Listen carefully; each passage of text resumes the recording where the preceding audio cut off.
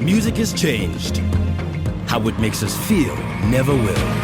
The time is now to visit amstudios.co.za. Brought to you by Old Mutual. Hi, I'm Mac G, and this is the AMP Studios Creative Industry Podcast, a series of masterclasses that are designed to help you build a business in the music industry. Proudly brought to you by Old Mutual. AMP Studios is a free culture hub facility situated in the heart of downtown Johannesburg in Newtown, with world-class recording studios, co-working spaces, video facilities, a stage, and streaming facilities, all free and designed to help young artists build a career in the music industry.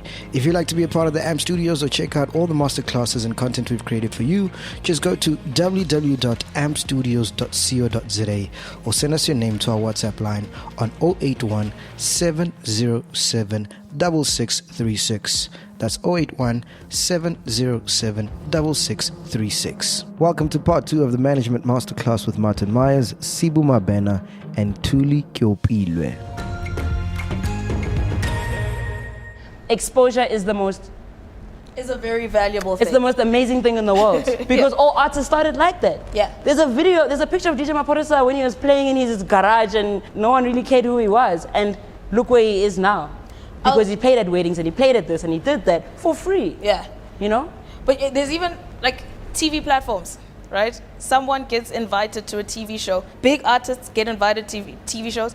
They're not necessarily getting paid for an interview on a Channel O show, but they understand that there are 400,000 people watching this show. So I'm going to take my time out on a Wednesday and get there at 8 o'clock for that call time and put on makeup and perform like it's a Friday night and I've got all the energy in the world. Because of the 400,000 people watching, one of them is a brand manager, one of them owns an event, another person is a booking agent, another person is in the country from America and they've turned it on in the hotel and they're like, oh, who's this guy?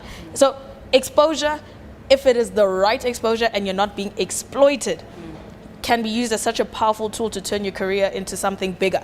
And as a manager, also, when I said hustle, you must also go and get exposure. Go and be exposed to what's going on in the world, right? So when Thuli says go to a show, sometimes you can pay for yourself to get into a show. You don't know who you're going to meet there. The first event I ever worked on, I bought the ticket to work at that event. It's called Masters of Rhythm. From Masters of Rhythm, I met a team. From there, I was able to work on a show called Street Cred. But that guy that I was working with, we worked on an event for a big brand. And we ended up doing the Kendrick Lamar tour. From the Kendrick Lamar tour, the guy who was the brand manager for the sponsor of that tour was now moved to MTV. And he was like, hey man, I remember this girl who does this thing. Now he calls me to come and do a job at MTV. Now I'm working for MTV. For MTV, I'm doing the MTV Awards. All from paying for one ticket to go to Masters of Rhythm so I could pester the promoter to say, let me work for you. Exposure. What happened earlier this year in Cape Town in February, there's an artist called Yo-Yo Ma. I don't know if any of you know him. So it's probably the most famous violinist player in the world. About exposure.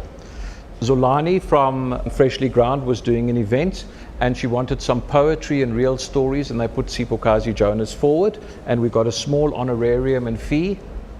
I was there faster than I could run with my broken leg, sitting in the front with the camera. Sipho performed. This is a violinist player who's opened for Barack Obama. Just Google the name. He is Grammy Award winner par excellence. Sipho performed with him one piece, a moving poetry piece. The photos and the embrace and the hug afterwards are so real. I just happened to be sitting right in front with my cell phone, click, click, click, click, click. I left Sipho and Yo-Yo Ma to talk because they were talking on an artistic level. I meandered around and found the manager. Got his card. 2 weeks later, he performed at Kirstenbosch. There were, I think, 6,500 people with one man with a violin on stage playing the Bach suites, one man at 600 or 700 Rand a ticket, etc. Now we needed to write a thank you note. So what did Sipho do? She took one of his composed works that he'd done and she put a poetry piece over it and sent it as a blocked out YouTube link for the management to look at and see. That is being creative, being clever, as opposed to just writing a thank you note. Look what that ticket did. Because you never know what's going to open the doors. It's taken me 10 years to get onto the stage because of that man sitting over there, John Savage. Because people are watching you all the time. You never know who's watching you in the room. And that's what I think drives all of us. I've got huge respect for these ladies. We formed a WhatsApp group. Oh, I want to look to ideas that you've got. No. We're here to share. We're here to find the next set of people that we're working with. That's a very big point. There aren't a lot of managers in this country. And it's not something you can go to the University of Joburg and apply to study, right? I want to study a course in talent management. But what you can do is read. What you can do is research. Guys, the World Wide Web is so accessible and has every piece of information you can imagine. You could Google how to be an artist manager. Of course, the information is not going to come to you in a tweet and step 1, step 2, step 3. But if you were to sit and read through all the things that come up and decipher what makes sense to you, what makes sense to your environment, what makes sense to the type of artist that you're working with, you could come up with so much information. So we sit here and we sound like we know it all, but we only know what we've experienced, and there's still so much that we still go out and research. Publishing, licensing, syncing. What's the difference between an ISRC code for distribution? What's a DSP? All of these answers I got from Googling and asking and trying to collate it all into one single thing that's going to make sense for what I need to do. You cannot be lazy as a manager. You've got to be creative. You've got to be admin orientated, and you must just be an all saver basically. And there's no easy step-by-step guide onto how to be a manager. But what you have to know how to do is figure it out. Reading. Let me give you what I read every single day. It's free. You've all got smartphones. The Billboard Daily, which is the music Bible in America, and no matter what anybody says, America controls the music universe. There's a book written by a gentleman called Alan B. Kruger, spelled Krueger. He was Barack Obama's advisor, called Rockonomics. It's about 300 and something rand. If you can't afford it, club together and get it and share it. It is eye-wateringly brilliant. There's a gentleman by the name of Bob Lefsetz, Lefsetz. He publishes a blog on a daily basis, covers everything from politics to artists, and some are good, some are bad. And there's another thing called Music Business Worldwide. It's all about the business of music. They come into your inbox on a daily basis, read them, look at them. Artist Management by Paul Allen. That is my Bible. When I'm not sure, I open that book and it explains and I understand and we move. So, yeah. And since we're talking about reading, the South African Music Business, brilliant book. It just explains things in basic South African English. Okay, so there's information out there. It is so accessible. And I think a lot of us struggle with, but I don't know how to do this. Or the biggest one, where do I start? Ask the question. Where do you ask the question? Google is your friend.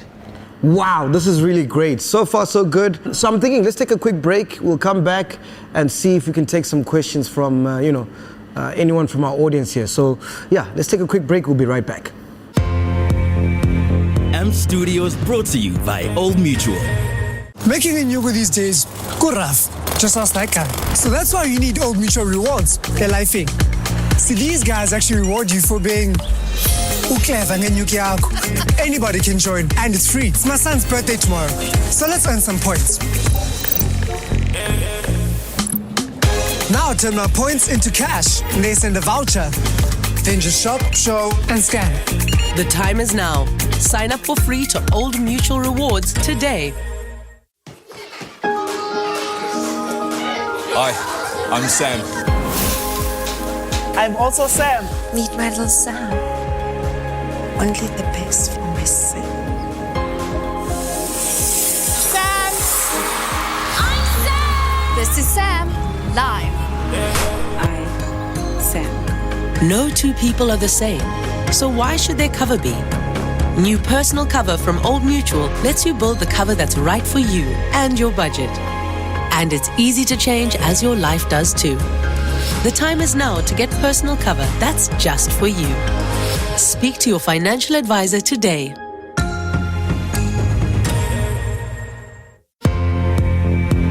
M Studios brought to you by Old Mutual. Welcome back. We're live coming at you from Newtown for the Amped Masterclass. And I think it'll be dope to get some questions from the audience right now. So, yeah, let's start the Q&A.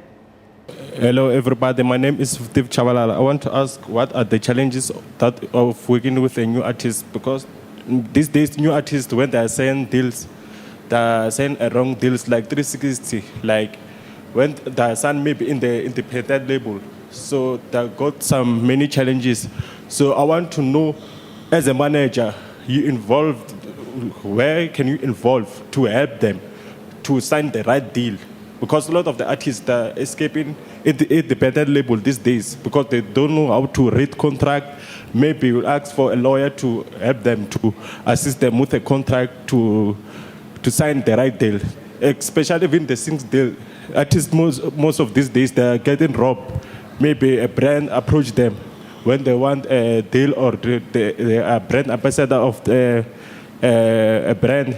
When they do an endorsement deal, they're getting robbed most of the time. So I want to know how can you involve to help artists to sign a right deal? I think the best thing to do in a situation when you're an up-and-coming artist is to find consultants that are lawyers, right? That can consult for you, but entertainment consultants. For me, there's Katlao Malachi, right? He obviously handles a lot of big clients in the industry, but he's the same person that is willing to help a guy that is up and coming. You know what I mean? He might not charge you the same price that he's charging Maporisa, but that 200 Rand or that 100 Rand that he's charging you just to look over that contract and make you understand that contract is something that you as an artist need to invest in yourself, so that you make sure that you don't get screwed over by, I won't mention names, but the top guys. You know what I mean? Also, Google. Google's your friend, eh? Sometimes, if you don't understand a word, you Google it. Read through it, Google it. If you feel as though there's certain things that even Google can't explain to you, the person that sent you that contract, you must ask them, what did you mean by this? You know what I mean? What does this specific thing mean?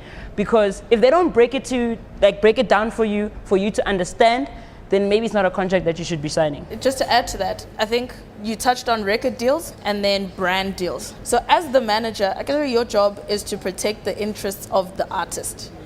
You're not the one signing to the record label, but your artist is. And because your agreement, what did I say in the beginning? Have an agreement with your artist. If your agreement with your artist states that where you go, I go.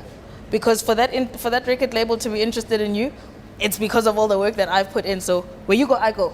Make sure you're putting that into that contract. Which the artist comes with business manager already, because the record label is coming to handle all the music business, so that you can also take on the brand deals. But in these 360 deals, then your deal with your artist becomes a completely different conversation to say, whatever you're getting from the record label, I'm getting a piece of that. I think it goes back to what? The agreement that you had in the beginning. So when you're now going through this contract, line by line. I've sat through a 40-page contract for a television show for an actress. I've never understood, I didn't know what happens in TV making until I went through that contract. And I said, Jessica, these are the things that you guys said. Okay, cool. What does this mean? Then we ask a lawyer. Okay, what about this? Do you agree to this? So that tomorrow, if you're disputing it, you are disputing something you understood. So as the manager, it's your job to make sure your artist understands what they're signing. And if you don't understand it, go and seek help. And seeking help doesn't mean only going to Katlego Malachi. I mean, he's going to kill you for saying he'll do it for 100 Rand. Yeah, but there's legal aid. We see adverts during Generations every day about legal aid, the red and black guys. You can go and seek advice there. You can go and seek, again, advice on Google. Ask a teacher. Go to a student studying law. Go to the law faculty at a university. Come to AMP Studios. Speak to people here. There are so many options for information. That's why this place exists, for exactly that question. But I will say, things to look out for in a contract as a manager if you are going to consider any deal. The term, which is the time span of this deal. Very important. And if you see a word that says perpetuity, run for your life. Because perpetuity means forever and ever. So with anything in life, put a time limit to it. Even our lives don't continue in perpetuity. So always dispute that. Obligations. What are your obligations or what are you promising over to those people? What are your deliverables? What are they saying you're going to owe them? And then what are they giving you in return? I think for me, those are the three things I look out for. What is the term? What are my obligations? And what am I getting in return? Because if I can just understand that fundamentally, then I'm able to start reading between the lines and say, okay, but what is this? This is the deal, and then everything else. Things like exclusivity for brand deals. The exclusivity must have a term as well. Now you're doing something for a soap, and then they say for the next 3 years you can only use this soap, or you can only be seen to be marketing this soap, but they're only paying you for 1 year because that's the term. Be very careful of things like that. So those are the things I think you should look out for, but also consult legal aid, Google, understand, make it make sense to your artist. Then if you decide to sign, make sure that your artist is signing something they get. Greetings to everybody. My name is Israel Chabalala, and I'm an artist. So my question will be a bit personal. Along your music career, how were you able to deal with your losses, like not getting deals, gigs, and all that stuff? I can speak on my experience. Obviously, I'm not a musician, but I am a deal broker. I'm always pitching something. Either I'm pitching an artist or I'm pitching my agency to get work. I'm always competing with people. I actually used to be a dancer. I competed in competitions. And I used to say to the teams that I used to coach that if you don't win today, it's because there were just 5 people who were judging and they decided that they liked the other person, not you. But tomorrow could be your turn, because then the other person that they liked yesterday, you might be the person that is winning against them. So sometimes I think we internalize no's and make it so personal. We would say, when they're saying no to what I've done, they're saying no to me as a human being. And that no is a reflection of my talent or what I'm able to do. I think a no on that day must just be accepted as it's a no for that day. Maybe it's going to be a yes tomorrow. And everybody goes through this in life, from pastor to teacher. Sometimes the teacher can be teaching a lesson and the students just don't get it. And that student, on that day, she thought she was really doing the things. The test comes out and people are failing. 3 out of 10, 2 out of 5. And do you think they're going to give up and resign from being teachers because they've been studying for 5 years, but on that one day, the students got 5 out of 10? No, they must just go back and evaluate and say, okay, cool. Maybe there's something I didn't do right. Let me try again. Because as much as life is short, life is long. Life is so long. So if you're going to decide to give up today on the 24th of October, what about the 25th of October and this time next year and this time in 5 years' time? If you give up today, you are taking away an opportunity for you to succeed next year and the year after that. So as much as a no can paralyze you, yes, it's sad, like we are humans. A no is sad. It's like breaking up with someone. I'm not feeling this anymore. Of course you're going to be sad. It doesn't matter if you had side chicks or side boyfriends. You're still going to be sad because you got dumped. But at the end of the day, tomorrow you dust yourself off, you pick up and you try again. We've said try again. People say that because it's true. If you don't make it today, tomorrow might be the day you do. Sometimes no is just means not now. Just wait, Go and move on. Go to the next thing. Don't be paralyzed by what happened yesterday. If I had to tell you what happened to me yesterday, technically I'm not supposed to be here right now. And last week, and 6 weeks ago. And 6 weeks ago. You know what I mean? But I have to keep going. It just means not now. It's just not my time right now. I need to keep going. Keep moving. That's it. Yeah, and what's yours won't miss you. If you can believe that, that makes dealing with all the no's so much easier. Actually, this thing was not for me. It was lovely. So if you can just believe that what is for you will meet you, it'll make dealing with all the things that are not for you so much easier. Good evening. My name is Busani, producer DJ. A cousin of my friend said that you wanted to manage me, so I agreed to it. So I want to ask you, does managers ask a fee to manage a person? So there are many different structures to how a manager can get paid. One, I want you all to understand that we're all here to work. No one is doing anyone a favor, right? So the same way when you want to go and perform and get paid, your manager wants to put in work and get paid. There are certain things that are very hard to quantify and say, this costs 250, this costs 5 rand, this costs 10 rand. Things like putting together these one pages, these documents. Umuntu must sit and type and write and think English. Thinking about English is hard. Describe anjani lo muntu lona mangithi said artist, what started out, age, whatever. Think about writing an obituary and how hard that is. So now you've got to actually make a person sound amazing that people don't know. That's time. The computer that they had to do this on, they had to pay for it with money. The internet that they had to use, they had to pay for it with money. The airtime that a person is using to make phone calls, hey, please book my guy. Hey, my guy is so good. Petrol to come and see you in studio and sit with you. Yeah, it's going in.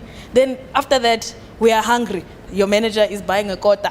Okay, segadliwa. Hey, now you're thirsty. Now we must buy a quart. Segapuzwa. Do you understand? All of these things add up. So when a manager asks for you to pay them a retainer, it's so that they can fund all of these operations until such time that we are making money. But again, it goes back to the agreement. So there are different types of agreements. Some people say, I get paid off of, or I'll pay you off of commission.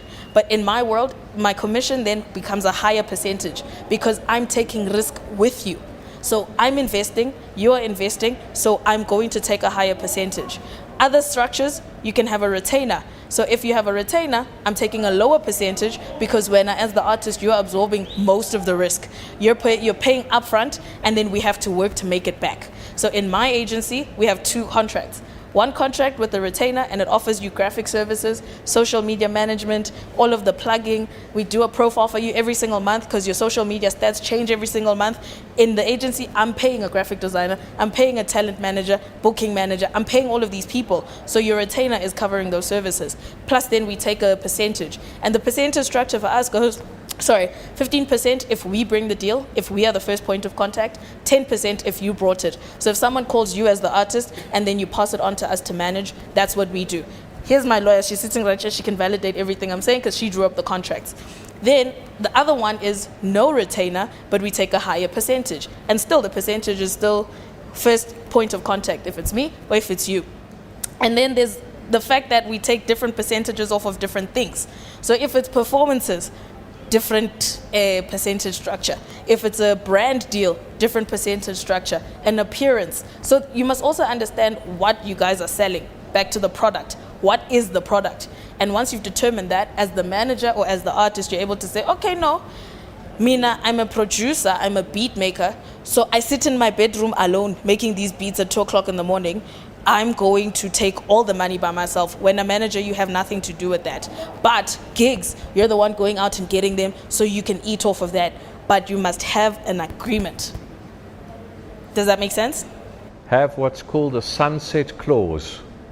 Because Thuli's just put these wonderful deals together for me, but 6 months later we have a fight. And we now hate each other.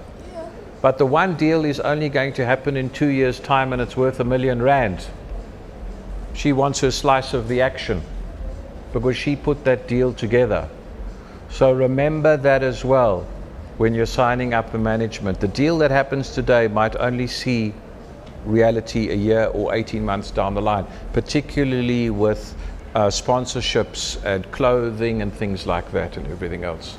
But have the paperwork. Have an email trail, because an email trail, there is correspondence, there's willing buyer, willing seller, there's an opportunity to do a deal. Take your WhatsApp and transfer them to the email. Email the email back to yourself. So you send it to Martin Myers, but you send the email back to yourself as well so you can see and file it. Develop a good filing system. Back up your laptop. Because if you have a hit, that's when people come running and you see friends that arrive that you've never seen before because there's money involved and everybody is after money. This is a business. We cannot stress it more. But you starting out in the game, I think my advice to you would be that for now, work together for the common goal, right? But when you start making money, go back to the agreement and slowly start paying each other. I think that's the best thing. Our agreement is ending at this November. First ending or starting? Ending.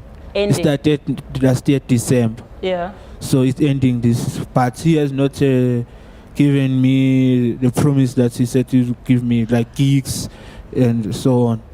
But with that promise, is there agreement? Is there something in writing? Yes. Is there? Yes. Okay, then what is the clause about renewal? Is 1 December. If you want to. Oh, yeah, if I want to renew it, I must renew it on 1 December. So remember that you are the client. At the end of the day, as the client, you can decide if you want to renew with your supplier or not.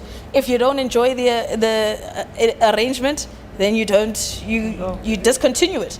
And if you do want to fix it, maybe they are a good person and he knows how to work. There's just things that need to be fixed and adjusted. You can always adjust them. That's the nice thing about agreements. You can adjust as long as you both agree to the adjustment and it is written and like noted and there's a paper trail for it. Because what an agreement does is just like in a marriage. The marriage contract says, if this happens, this happens. If this happens, this happens. Because when emotions are high and money is involved, segaliwa, and it's awkward. So just as long as you have that agreement, you're cool. But also look back, like think about the past year that you guys have worked together and see what were his strong points and what are his weak points, and see how maybe the weak points, how you can actually fix that. That's if you want to continue working with that person. Because you'll just find that maybe he didn't know a certain thing, or he was maybe lazy to go find information about 1, 2, 3, and that obviously has given him his shortcomings. But sometimes if you just collaborate together, because it's a marriage, you can't expect everything from him. You can't expect him to do everything. You need to also contribute, you know? You also need to assist here and there, because honestly and truly speaking, a manager can't do it all. We can do it all, but we can't do it all, you know? There's certain things that we don't know that you may know, you know? You might know the promoter. You can speak to him, chat to him and say, okay, you know what? If it's only my manager. The manager doesn't know that guy, but because you know that guy, you're building a relationship, and you know you're also building the manager's confidence because you've given him that opportunity. So don't always expect, contribute also. It's a collaboration, it's a marriage. The two of you get together and exactly what Thuli said, write down the points that you liked about your manager and the points you want fixed up. Take emotion out of the whole thing, and if you're scared about losing your rag and shouting and screaming, take a friend with you to sit and listen. Go to a neutral place and sit down, a coffee shop, spend 20 Rand on a coffee, or come here and sit here and say we want to meet and sort it out. Because there's also another saying, better the devil you know than you don't know.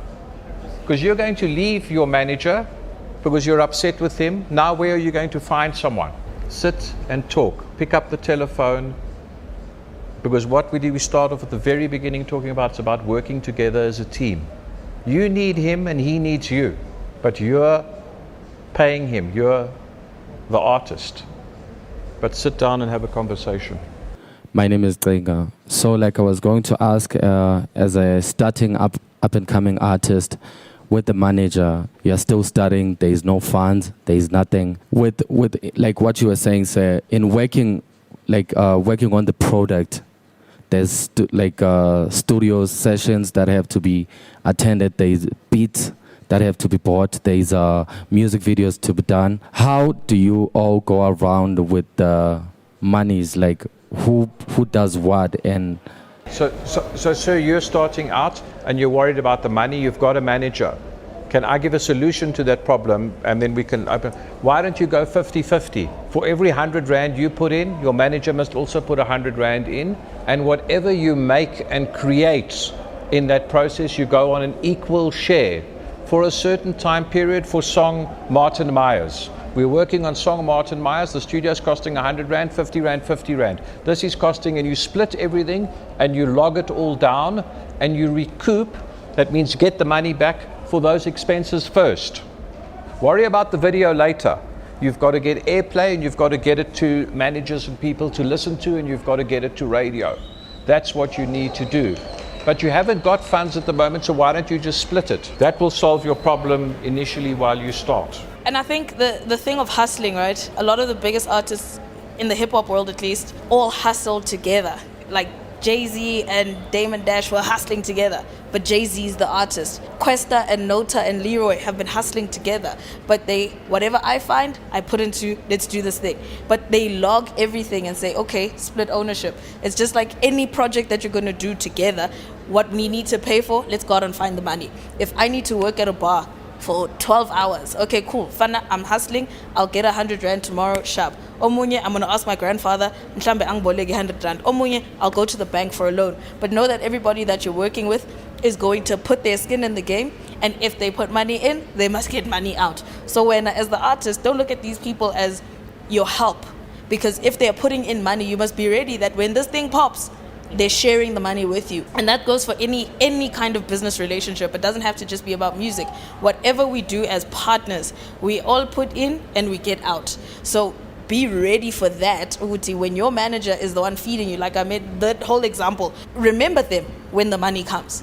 And don't be that guy that now gets a record deal and goes and signs and forgets about his boys who are there putting in money, putting in time, putting in resources, hustling your mother's car, doing this, stealing that, what. And now you've forgotten them because you've made it in the big time. It's going to be hard in the beginning, but also roll with people that are going to go as hard as you. Don't go for the guy who's always there but has nothing to offer. Not even a lyric. So if you're going to choose your circle right, and choose people that are going to make things work and not be there just for the cool because now all the girls like you because you're popping, because you have a music video on channel. Oh, now your niggas want to be there, be present, but they're not adding or contributing anything. So whatever, firstly, choose your circle, but once you've chosen that circle, if anyone puts anything in, you're all eating. All right, I just want to find out, how do you ensure your business is sustained for a long time? I think that speaks to the fundamentals of business, how to run a business. I've got a lawyer on speed dial. I've got an accountant on speed dial. I've got a publicist on speed dial. I've got a photographer on speed dial. And I defer to them continually as a grouping. I've got a business account, Triple M Entertainment. It's VAT registered. I've got my own personal account, Martin Myers. I bank at Nedbank.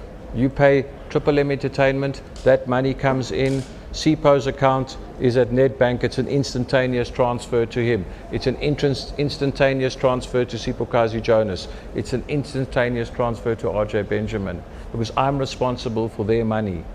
Because bear in mind, when you sign the contract as a manager or an agent, if something goes wrong, they're coming after me, not the artist. That's why I always wait. Get the money in and then I disperse the money. But you have to have a team around you. To give you an idea, a decent lawyer is 800 Rand an hour. So when you're gigging and doing a gig and someone says to you, oh, we're going to pay you 2,000 Rand for the hour, take it. Because 2,000 Rands in a month suddenly becomes 8,000 Rand. We were doing talks around the country and we worked in a little place called Beaufort West. There was one kid, he was about so high. The DJs were charging 500 Rand a night and he was managing 10 of them and he was taking 10%. I suddenly started doing the sums for these kids in this little town of Beaufort West. He was making 8,500 Rand of his 10% commission a month. 50 Rand here, 50 Rand there, and he was running around in a little one-horse town. He had a business account, he had a bank account, and he asked questions, and that's all you have to do. Get your account, get your tax paperwork up and running. I applied for some relief with the government. I couldn't get it because my tax clearance certificate wasn't ready. For the one conference that I run, it took me 9 months to get a tax clearance certificate. You have to zip your bottom lip and you have to go and stand in a corner and you have to go and wait and you have to go and get it. If you're applying to play Kirstenbosch or all these places when you become a bigger artist, or even if you want to open and play support and go and ask to play support, which you can do, you have to have your tax clearance certificates and everything else because that's what the government's demanding. So be aware of that paperwork. Basically, it's vital. CIPC, SARS, and the bank, and the legal aid, and an accountant. 5 crucial institutions. You can keep your income and expenses, work it out. Oh yes, sorry. And the money in your business account is not your personal account, né? It's not your money, it's the business's money. So a big key thing from a money habit perspective, start paying yourself a regular amount, a salary. So just because 100,000 came in today and then another 50,000 is coming next week, another 100,000 is coming in 5 weeks, I can pay myself 80,000. No. Salary and project, because you don't know when COVID is going to hit you and all of a sudden this 100,000 Rand salary of yours is not sustainable anymore. So 20% away as savings. Yeah. I'd like to ask, because I usually hear a lot of artists saying there's no such thing as bad publicity. So I'd like to find out from you, with the experience that you have you ever benefited from bad publicity? And also I'd like to find out from you guys, how do you marry the artist's vision and the vision that you have as a manager in terms of getting him or her to get the point? And also I wanted to find out, how do how do you deal with the psychology of an artist? Since you're saying they always have to always be at their best. So on a bad day where maybe they're having trouble at home or whatever that's personal, that's affecting them, how do you get to them into that mind state where they can be their best? And also, the last question is, do you guys ever feel you're focusing more on your artists to an extent where you neglect your own dreams? Do you guys have your own personal dreams as managers, or your dream is just seeing your artists being the greatest in the world? Shoot, that's the whole masterclass. Yeah. I'll take the psychology question. I'll take the psychology. I'll take bad publicity. I'll start with it actually. So I don't know if you guys know, but Aries, somebody posted or rather uploaded a whole album on iTunes or something like that, right? For us, it's bad publicity because it is his music, but it's not us who uploaded it, meaning we're actually losing the money that we're supposed to get from the streams for that music, despite the fact that that music is already on SoundCloud, right?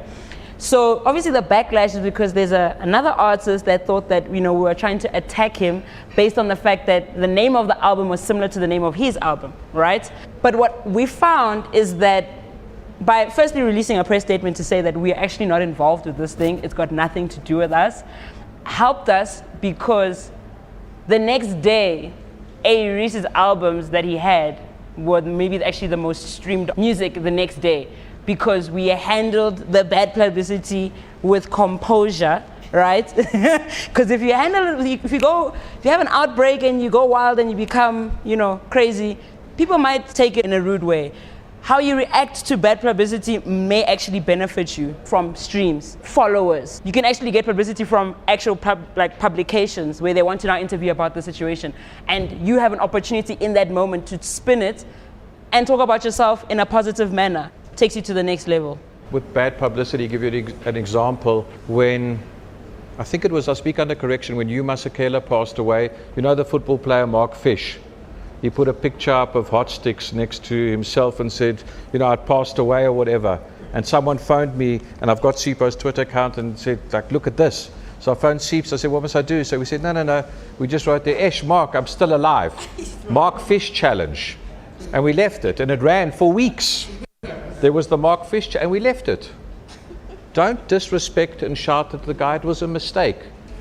I always look at bad publicity. If no one got harmed, no one got hurt, no one got injured, and be kind to one another, because there's so many crises happening.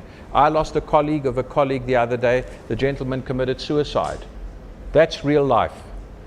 We're here to uplift, make people happy, bring joy to the world, because that's what music does. And I think that's what drives me.